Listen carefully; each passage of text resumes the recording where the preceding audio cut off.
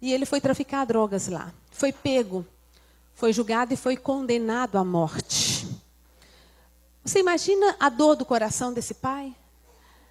As expectativas frustradas, as esperanças todas jogadas fora, todo investimento, toda luta, tudo aquilo que custou ao pai um alto preço, indo por água abaixo. Então agora o filho está condenado à morte. Já ouviram falar do corredor da morte?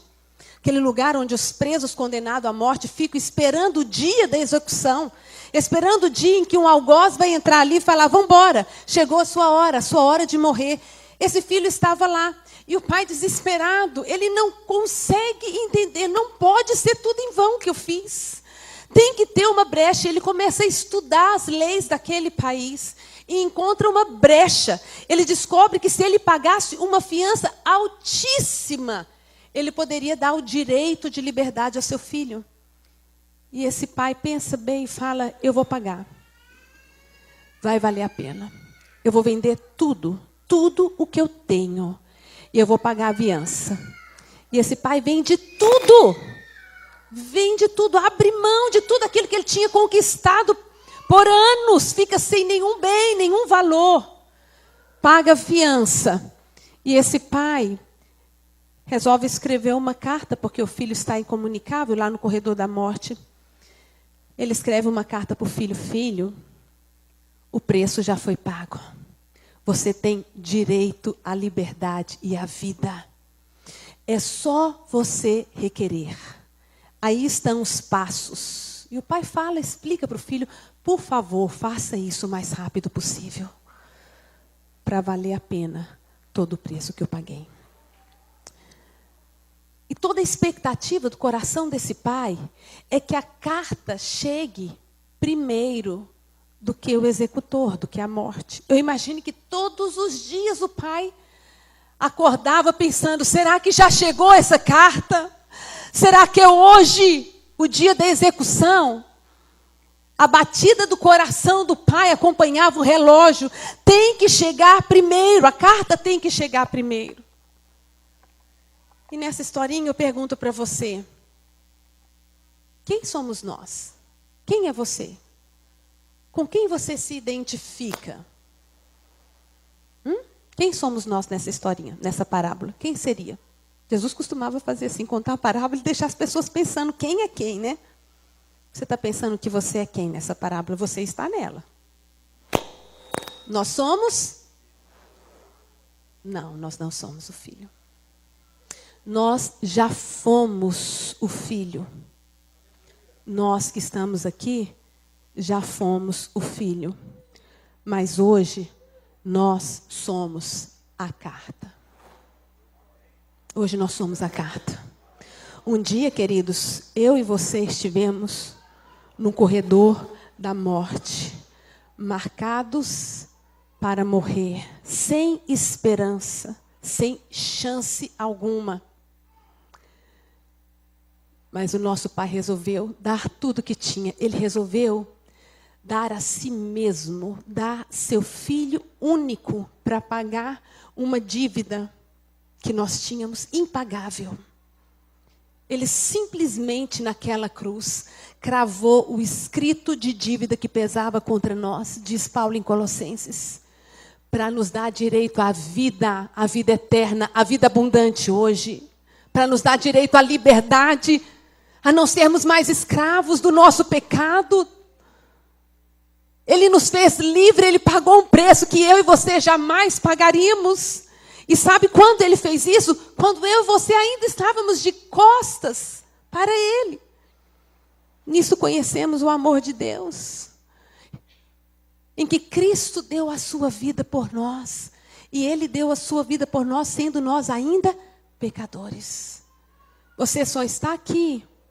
Você que serve a Deus, você que tem direito e se assenta à mesa do banquete, sente essa presença gostosa que a gente tem hoje aqui, sente aquele alívio, aquele refrigério, o lavar do Espírito Santo. Como é bom, gente, passar uma semana sobrecarregada, ter desafios, ter dívidas, questionamentos, e de repente a gente entra numa porta, pode ser da igreja, mas pode ser a porta do quarto. E ali a gente encontra uma presença que faz toda a diferença. Ali a gente encontra alimento, encontra alívio, encontra força, encontra perdão, encontra misericórdia. Mas eu e você jamais teríamos acesso a essa mesa. Nós estávamos condenados à morte eterna como todos nós, homens, que nascemos homens. Todos pecaram, estão separados da glória de Deus. Todos. Não há um justo sequer, diz a Bíblia. O salário do pecado é a morte. A recompensa, o pagamento do pecado é a morte. Era o que aconteceu com esse filho, era a recompensa do crime dele. O pagamento. Assim como a recompensa do nosso pecado, porque todos pecaram, estão separados da glória de Deus, era a morte. Então eu e você estávamos condenados à morte eterna, chamada de inferno. E lá nós estaríamos, já começando vivendo aqui, esse inferno aqui mesmo. E depois na eternidade, se aquele sangue não tivesse sido derramado como preço pelos nossos pecados, para nos garantir a liberdade. Mas graças a Deus, eu posso ouvir um aleluia? Graças a Deus, né, irmãos?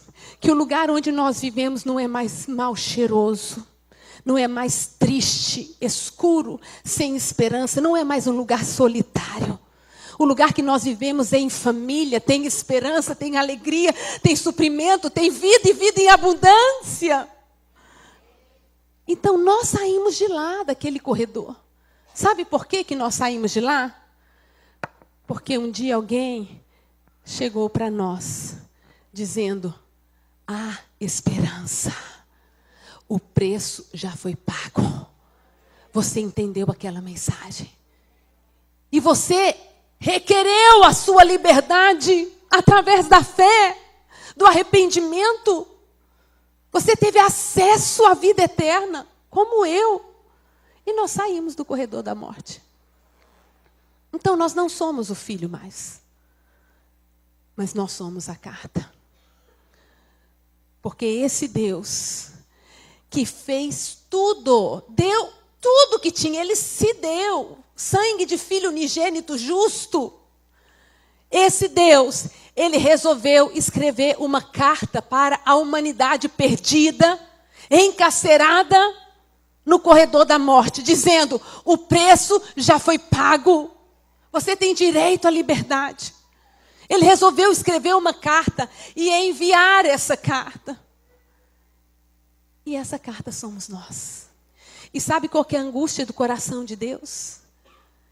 Será que a carta vai chegar primeiro àqueles que continuam no corredor da morte? Enquanto eu falo aqui, milhares morreram. Milhares foram executados para uma eternidade no inferno. Porque a morte chegou antes da carta, ou a carta chegou e eles não quiseram cumprir os passos necessários. Mas, queridos, talvez você durma com alguém que está no corredor da morte. Talvez na sua família haja pessoas assim, num lugar onde você trabalha, no meio da sua parentela, onde você estuda, com certeza tem pessoas, quer elas estejam sorrindo, cantando, quer elas estejam chorando. Pessoas que estão marcadas para morrer. Pessoas que estão no corredor da morte. E se eu e você não chegarmos a tempo, sabe de uma coisa? Terá sido em vão. Terá sido em vão, porque todo o preço que Deus pagou, Ele apostou em nós, igreja, que nós faríamos a nossa parte. É responsabilidade produzida pelo nosso ministério. É formação, paternidade. Escrita não com tinta, mas com o Espírito do Deus vivo. Isso é unção. O instrumento que é usado é um instrumento humano, mas a tinta, a essência, é divina. A mensagem impressa, algum consegue transformar outro homem, Adalto. Não tem jeito, por mais que a gente queira. Só quem pode fazer isso é o Espírito Santo, que convence o homem do pecado, da justiça, que limpa, que transforma. Então, ele usa homens como a mim e você, mas a tinta que imprime a mensagem de salvação, que o mundo vai ver e vai crer e aceitar, A tinta não é uma tinta, é o Espírito do Deus vivo.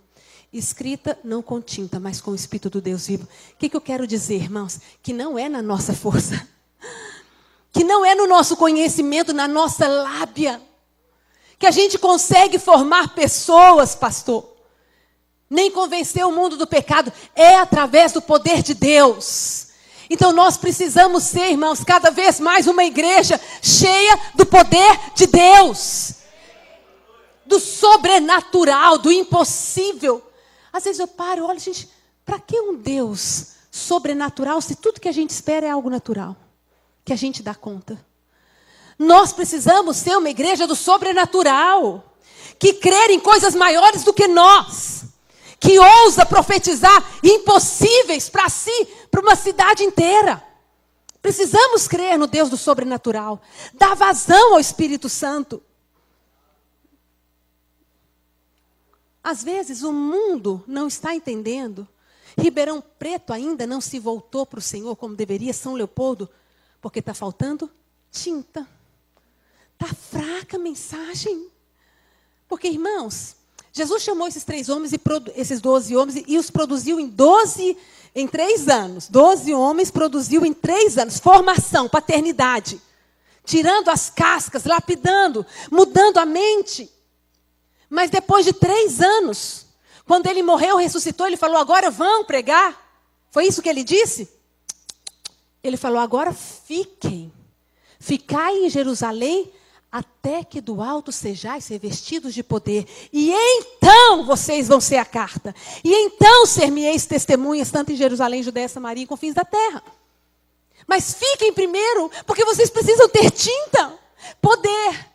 Irmãos, com aquele sopro, veio o sopro, línguas de fogo, distribuída, poder. Todo mundo chega para ver o que estava acontecendo. Gente de todas as nações, judeus de todos os lugares. E Pedro, pescador, mal sabia falar. Acho que Pedro falava, nós vai, nós fica. Porque era em culto. Pedro pega um microfone e começa a pregar. Sabe quantas pessoas convertidas na primeira pregação de Pedro? 3.000.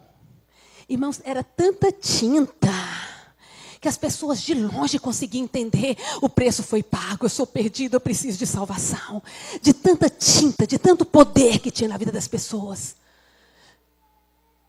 Se tiver mais poder de Deus na sua vida, você mal vai precisar abrir a boca. As pessoas vão olhar e vão falar, eu não sei o que é, mas eu preciso de alguma coisa que está dentro da sua vida. É alguma coisa que está dentro de você, diferente. Quando você entra aqui na sessão, eu não sei, eu sinto alguma coisa diferente. Tinta, poder de Deus. E às vezes a gente se limita a uma vida tão natural. O colega chega para a gente e fala, eu sou assim às vezes. Estou com uma dor de cabeça, eu falo, eu tenho uma Neusaldina aqui, deixa eu pegar. Às vezes o teu amigo chega, cara, eu perdi o emprego. Nossa, eu vou te recortar aqui o jornal que eu vi que está precisando. Será que a gente não podia falar assim, para a amiga que está com dor de cabeça, eu posso orar por você? Para o amigo que perdeu o emprego, eu posso orar por você? Para a mulher que está desesperada, largada pelo marido, eu posso orar por você? Para a mãe que está chorando atrás de um psiquiatra, porque o filho está atolado nas drogas, será que a gente, em vez de só dar carona para o psiquiatra, que já é bom, mas será que a gente pode falar, eu posso orar por você? Dá espaço para o Deus Todo-Poderoso que a gente serve. Sermos mais espirituais e menos naturais. Tinta faz toda a diferença na carta. Poder.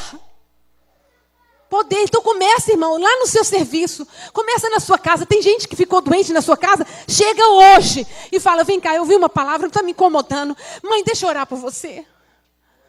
Pai, deixa eu orar por você. Amanhã, lá na sua escola, aquele seu colega que está triste, fazendo terapia. Lá no seu trabalho. Eu posso orar por você hoje? Ontem eu ouvi uma palavra, fiquei tão incomodada. Deixa eu orar para Deus prover um milagre na sua vida. Gente, Deus quer fazer um milagre mais do que a gente quer que Ele faça. Deus gosta de abençoar. E gosta de deixar claro que foi Ele que fez, que é um milagre. Para que a glória seja dele. Ele só está procurando um canal. Uma carta que queira se encharcar de tinta. Eu não sei se você já teve essa experiência. Às vezes você está num orelhão. Coloca a ficha lá. Só tem uma ficha para falar. Acho que eles não sabem também o que é orelhão, né? Orelhão era um telefone público, em forma assim de uma orelha. Porque antigamente não tinha esse negócio de celular. Telefone era caro. A gente pagava telefone. Não tinha como ficar usando muito telefone. A conta era cara. Então, às vezes, não tinha nem telefone em casa. Quando a gente precisava, a gente tinha um tal de orelhão, que era um telefone público. Aí você comprava uma ficha e colocava lá dentro. Se o orelhão era bom, a ficha caía, dava a linha, você discava e falava com a pessoa. Se o orelhão era ruim, você colocava a ficha, o que acontecia? Entupia. E o que você fazia? Ir embora?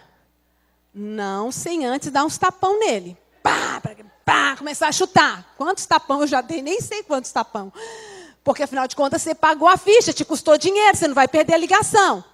Então, você dava uns tapão para a ficha cair. De vez em quando dá vontade de dar uns tapão, passou em os membros. Para a ficha cair, que parece que está entupido. Você não tem vontade, às vezes, de dar uns tapão para a ficha cair? Para acordar, a ficha não cai, não dá linha. Bom, a ficha caía e você discava. E às vezes você estava querendo um endereço. Ô mãe, pega aí rápido o endereço. É que está na hora do meu curso, da minha prova, senão eu vou perder o vestibular. Eu não sei onde é, pega aí, pega aí. Aí a mãe, calma, estou indo. Não, porque a ficha está acabando. Aí na hora que você está escrevendo, porque a ficha só tem um tempinho. Para você falar mais, você tem que colocar mais fichas. Ou transformando na versão super atualizada agora, os créditos. Bateria, 1% de bateria. Está acabando. Você precisa do endereço. E você estava, rápido, amor, por favor, só tem 1% de bateria. Aí na hora que ele começa a ler, anota aí, rua, você rua, a caneta não tem tinta. Não tem tinta, caneta. Aí você começa a escrever, a furar o papel. Porque senão não vai ter nenhuma mensagem. Não vai trazer nenhum resultado. É mais ou menos assim. Uma igreja sem poder. Não tem tinta. Não se grava mensagem. O mundo não entende. E as pessoas não são salvas. Por isso que quando o pastor marca vigília, vem você buscar poder. Espírito Santo. E se o pastor não marcar? Você busca lá no seu quarto. Porque o poder que cai aqui, cai lá. O Espírito é o mesmo. Senhor, me enche, me faz uma mulher sobrenatural. Irmãos, se a gente fizesse os milagres que Pedro fazia, que Paulo fazia, você acha que a nossa igreja está assim? Mas será que a gente está buscando essa tinta? Fala comigo, unção. Responsabilidade. Formação. Unção. Precisam saber para cumprir o chamado de vocês aqui. É o suprassumo. É a essência. É por isso que Deus colocou vocês nesse lugar. Querem saber?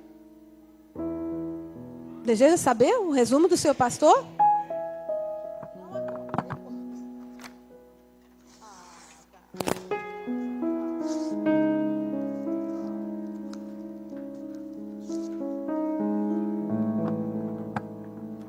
Por favor, venham 8 pessoas. Vocês jovens aqui primeiro, que já está mais pertinho. Só precisa saber ler, ok? Pegue um cada um. Vocês podem vir aqui ajudar, mais uns. Fique aqui, não, fica aqui. Dali. Quem mais pode vir? Mais 2. Por favor. Irmãos, muitas vezes a igreja está assim, ó, Dalton. Dentro da igreja ou cada igreja na cidade. Não, eu sei, eu tenho a verdade. É através do que eu penso que as coisas vão acontecer. É do meu jeito, diz a igreja A. A igreja B diz, não, calma, irmão. Aguenta a ansiedade. Ô, irmãos, ore para o irmão que está ansioso. Deus segura a ansiedade. A igreja B diz, não, é do meu jeito. A verdade está comigo. A igreja C fala, coisa nenhuma, tá? É comigo. E a gente fica tentando convencer o mundo de que Jesus morreu na cruz e o preço foi pago. E o mundo fica assim, eu não estou entendendo. Tá difícil. Às vezes porque falta caráter, formação. A gente fala, Jesus te ama. Aí ele fica assim, ama? Será que é igual você ama a sua mulher com aquela gritaria toda? Eu não consigo entender esse negócio. Às vezes falta unção. As pessoas ficam tentando, tá fraca, tinta, não estou entendendo. Às vezes falta compaixão. Mas às vezes falta unidade. Cada um querendo fazer do seu jeito. Cada um com uma linguagem diferente. E o mundo olhando para nós. Só que o preço já foi pago. E o relógio não para. E a gente, abraçado no nosso pedacinho de madeira, do barco que foi bombardeado. Muitas vezes Satanás bombardeia a igreja, divide. E você se agarra no seu pedacinho de madeira para não afundar. E fala, não, o barco, graças a Deus eu tenho um barco. Aí o outro irmão, não, o barco está aí comigo. Nós vamos ler aqui a mensagem, porque ela é tão importante, pastor. E a igreja quer ouvir. Então, está amarrado todo esse pedido de adivinhação, ok? Só vale ler o que está no papel. Não pode adivinhar. Então, se tiver só um S aí, você vai ler como? Como é que você vai fazer? E se tiver um N? Tá bom? Então, você vai ler exatamente do jeito que está. Chega aqui, irmão. Dá um pedacinho. O irmão egoísta pegou 2. Dá para ele, deixa um para ele. Chega aqui. Então, a gente vai ler exatamente como está, ok? Esta. Ó. Vai prestando atenção, mensagem do seu pastor. De que? De que? Esta, de que? Vai conectando. O de. De que o de? Amém? Posso ouvir um amém da igreja? Irmãos, de que o de?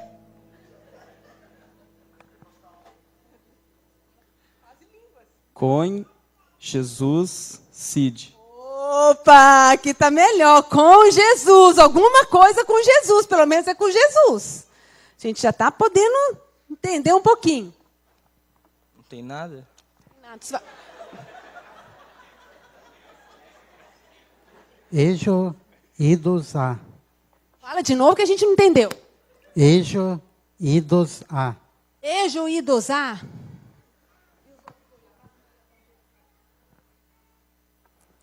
Essa dade.